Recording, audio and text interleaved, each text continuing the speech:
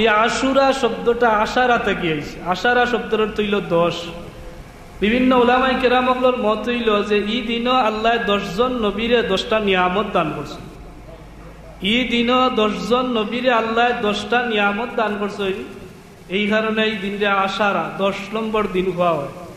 এর মাঝে 1 নম্বর হইল মুসা আলাইহিস সালাতু ওয়াস সালামের একটা নিয়ামত দিছেন, ফেরাউনের কবল থেকে বাঁচাইয়া মুসা নবীরে উদ্ধার করছেন। নূহ আলাইহিস সালাতু ওয়াস সালামের মহাপ্লাবন থেকে যদি পাহাড় ও কিস্তিরে আল্লাহ লাগাইয়া দিছেন।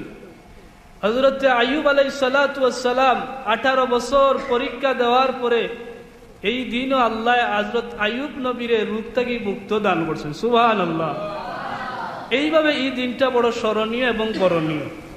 সর্বশেষ এই দিনও শুহাদায়ে কারবালার প্রান্তর নবী মুহাম্মদুর রাসূলুল্লাহ সাল্লাল্লাহু আলাইহি ওয়াসাল্লামের খলিজার টুকরা নাতি ইমাম সাইয়্যিদুনা হুসাইন রাদিয়াল্লাহু তাআলা আনহুরে নির্মমভাবে শহীদ হইছে।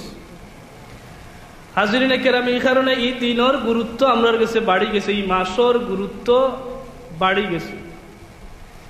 এই যে সময়টা আমরা অতিবাহিত করতে আছি, আপনারা চিন্তা করি দেখো আমরা আল্লাহ হায়াত দিয়া রাখছেন এই 2021 সাল 2020 সাল, এই সময়ের ভিতরে আল্লাহর কত বন্দা বান্দিও হল দুনিয়ার সফর সমাপ্ত করিয়া পরপারর সফরও ফাড়ি জমাই লিছে। আমরা শুকরিয়া আদায় করা দরকার যে আল্লাহ আমরারে এখনো হায়াত দিয়া, এখনো তান জমিনও তান নিয়ামত খাওয়াইয়া, তান জমিনও চলাফিরা করাইয়া আবার আমরা পড়ি আলহামদুলিল্লাহ। আজকের এই দিন, আজকে আপনারা জানেন বাংলাদেশের শ্রেষ্ঠ একজন উলামায়ে বিশিষ্ট একজন আলিম,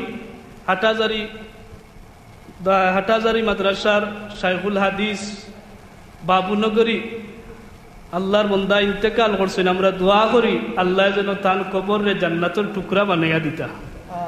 এরপরে আজকের দিনে আরেকজন আল্লাহর ওলি ইন্তেকাল করলা, আল্লামা বিস্কুটি রহমতুল্লাহ আলাইহির সুযোগ্য খলিফা আশফাকুদ্দিন সাহেব, তাইনও ইন্তেকাল করছে। গত কয়েকদিন আগে আমরা রাহবার মৌলভীবাজার টাউন সিনিয়র কামিল মাদ্রাসার সম্মানিত অধ্যক্ষ মহোদয় আল্লামা আব্দুল কাইয়ুম সিদ্দিকী হুজুর রহমতুল্লাহ আলাইহি আল্লাহর ই বন্দাও ইন্তেকাল করছে। এইভাবে এই দেখো এই বছর যে অতিবাহিত হয়েছে 21 সাল, 21 সাল হিসাব মিলাইলে বড় বড় আলিম হল আমরার মাথা থেকে হরি যাইরা, যারা আমরার মাথার ছায়া আসলা, যারা আমরার রাহবার আসলা, যারা দিনের দায়ী ইলাল্লাহ আসলা, এরা আমরার কাছ থেকে সরিয়া যাইরা আল্লাহ এরারে জমিন থেকে উঠাই লাইরা। সতপুরের মুহাদ্দিস সাহেব হুজুর আল্লামা সালিক আহমদ রহমতুল্লাহ আলাইহি, আল্লামা আব্দুল শুকুর রহমতুল্লাহ আলাইহি, সাইফুল তলির সাহাব কিবলা রহমতুল্লাহ সুযোগ্য বাতিজা, এই যে এরা যাইরা, এটা থেকে আমরা শিক্ষা কিতা নিতাম, আমরাও এই পথর প্রতীক হই যাই। বড় বড় আলিমহল আল্লাহ রাব্বুল আলামিনে উঠাইয়া নেন, এটাও কিয়ামতের একটা বড় আলামত। রাসূলুল্লাহ ফরমায় কিয়ামতের আরেকটা আলামত হইল উম্মত, যে সময় বড় বড় বিজ্ঞ আলিমগুলোরে উঠাইয়া নেওয়া হইব, ইলিম শূন্য হয়ে যাইব, সুরতে দেখা যাইব আলিম, কিন্তু ভিতরে ইলিম থাকতো না। ইলা এক সময় আইব, তখন বুঝবা কিয়ামতের একটা আলামত। কারণ কিয়ামতের আগে আল্লাহ আলিমগুলোরে উঠাইয়া লিয়া জমিন ইলিম রে উঠাইয়া নিবা, জমিন ফিতনা ফাসাদ বাড়ি যাইব, জমিনের মাঝে মহামারী ধারণ করব। আপনারা কোন চাই ই যে বর্তমান হাজত যার বিজ্ঞ আলিমগুলোর অভাব আসেনি না নাই?